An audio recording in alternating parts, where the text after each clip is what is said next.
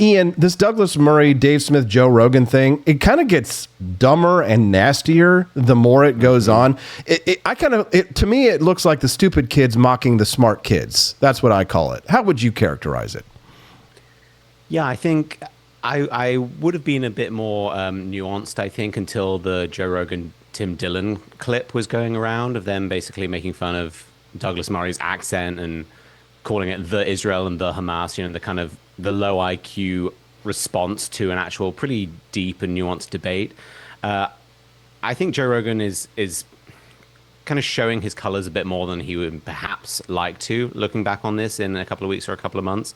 I think the fact that he had Douglas Murray on is great. I think the fact that he has Dave Smith on is great. It's good to get exposed to a variety of different opinions, regardless of whether you think that person is right or wrong, informed, uninformed, or misinformed. I don't think Dave Smith is particularly informed on this. I think he makes quite a few monumental presumptions that he builds his entire false argument on. But it's great they had that discussion, right? I think the problem is that more is coming out that Joe Rogan couldn't have Douglas Murray on his own, whereas he's quite happy to have Ian Carroll on his own or Darryl Cooper on his own and offer no pushback whatsoever.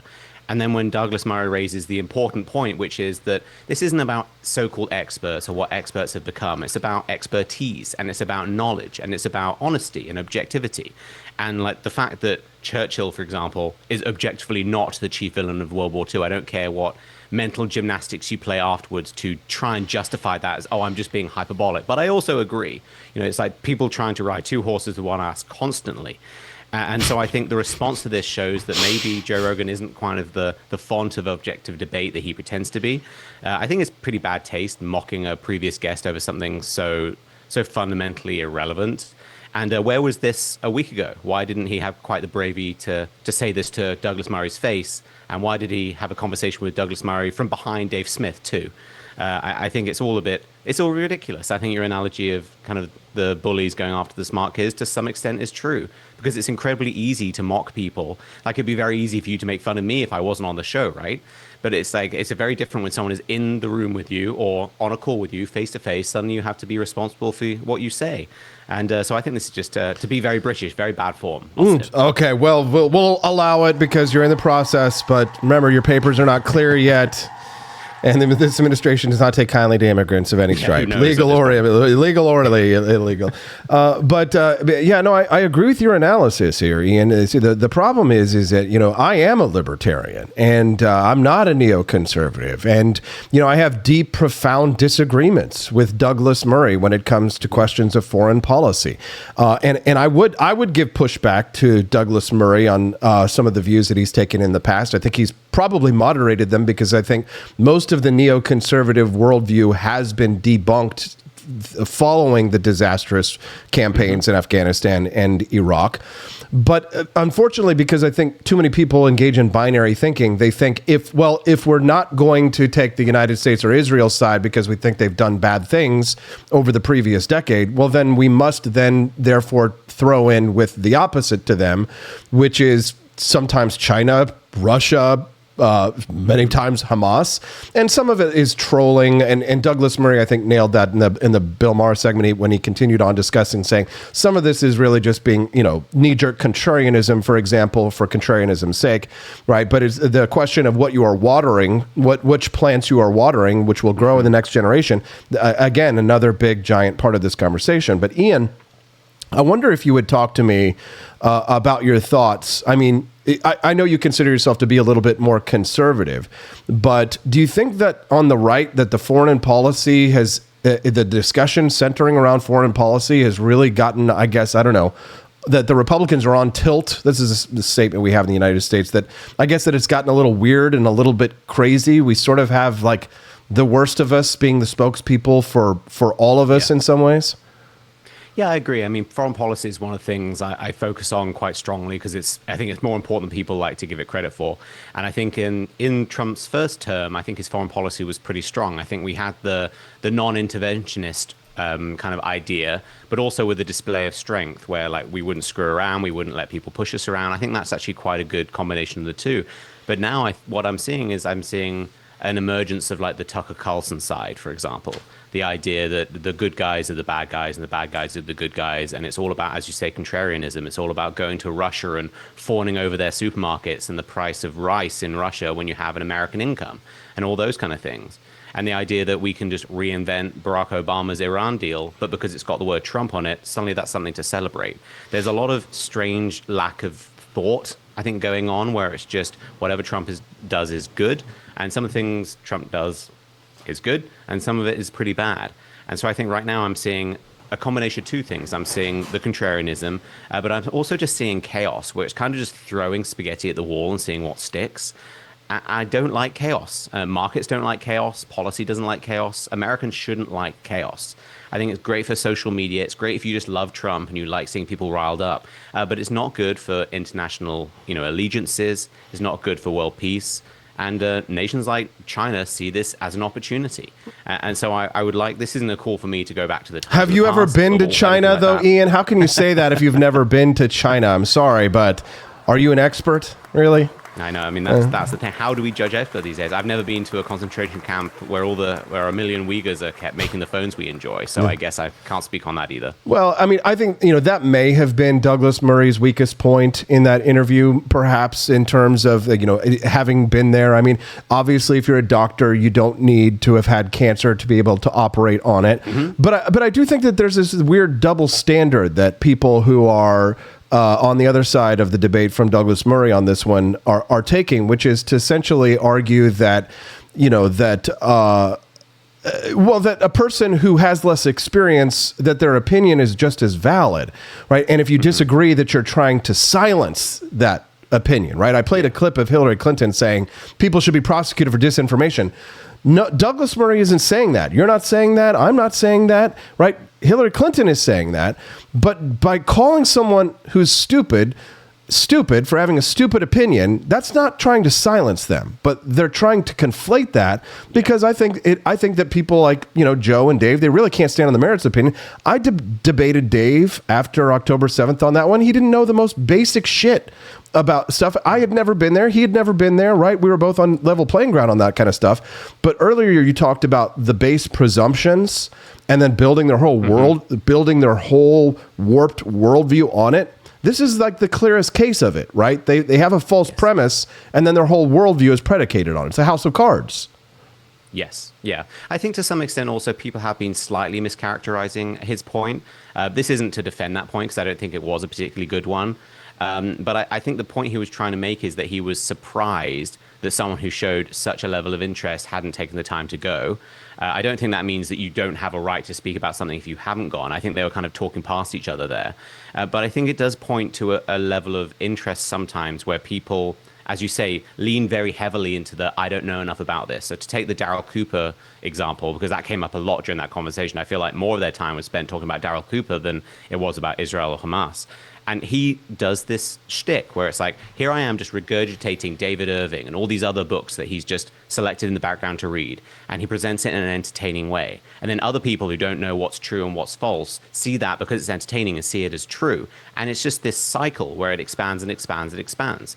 Like the fact that Joe Rogan was defending Darryl Cooper, who is objectively false on many things. He's sharing debunked history, like David Irving is a debunked Holocaust denier.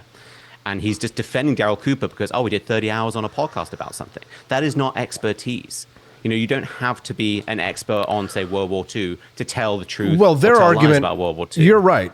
But the thing that they argue is that, and this is what Tim Dillon and Joe Rogan were sort of mocking, is that Douglas Murray only goes on propaganda tours, and they allege that the Israeli government is just showing them one side of the conflict. Mm-hmm. How do you respond to that? I mean, I don't think I need to necessarily respond to that. I think Douglas Murray has been to a variety of different conflicts in the world, and he's been to both sides of borders and that kind of thing. But I also think it's the kind of arrogance and the elitism that they see in other people that Joe Rogan is spewing. Would he have that same reaction if, say, I, who have never engaged in any kind of MMA, I've done a couple of Krav Maga classes and that's it. I know absolutely nothing about, Brazilian Jiu-Jitsu. If I started mouthing off about that, do you think he would have me on and have me talk for 3 hours about all kinds of MMA? Probably not. I think he would school me. And so I think that's the thing, is that when it's something that he knows deep about, suddenly expertise matters. But when it's something that he would rather side with people like Dave Smith, Like Dave Smith is the height of prowess on the anti-Israel argument that he can find in his circles. Suddenly, it's elitist if you have a different perspective. And it's also, let's not miss the really kind of conspiratorial nastiness going on here. That the assumption is that because Douglas Murray has gone to multiple war zones, not just Israel after October 7th, he's been to multiple war zones in the past. That must be proof that he's a shill. And the people who don't go, it's because they're not paid. Dave Smith is right because he hasn't gone to a war zone. You can argue whether or not Dave Smith is right or Douglas Murray is right without speaking about whether they've been here.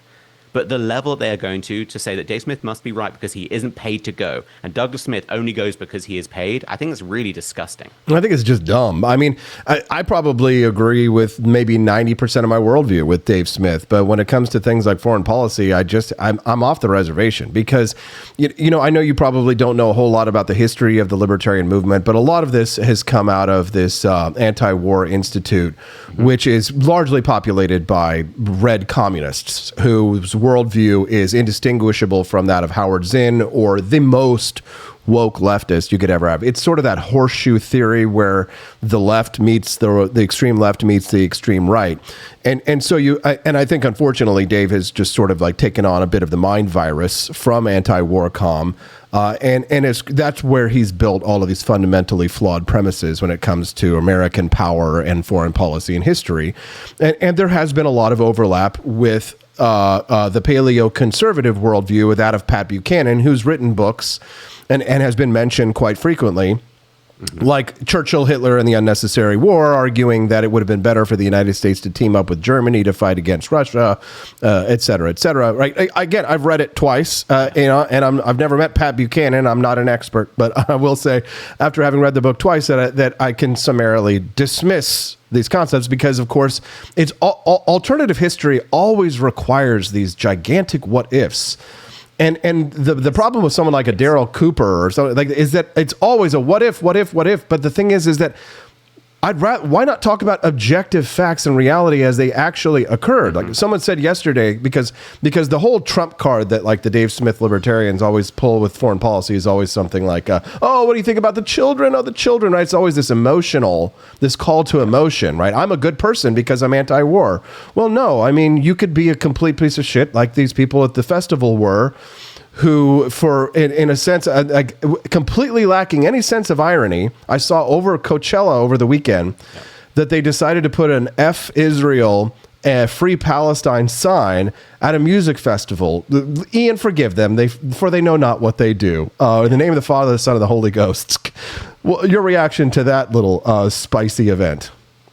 I think it's the ultimate indication of the double standard that is applied to Jews and only Jews, not just in America, in the West and the world. Because imagine if, for example, black Americans had been massacred on an American campus by white supremacists, and it was during a music festival. And then you had some kind of white supremacist slogan displayed during a music festival a couple of years later. Just imagine the response to that. I think the fact that this is Jews is there's just a blind spot for so many people through ignorance or malice or both. And this is the ultimate example of many examples of this. And I think I want to go back to quickly what you said about the anti-war stuff, because I think this is a really important detail here.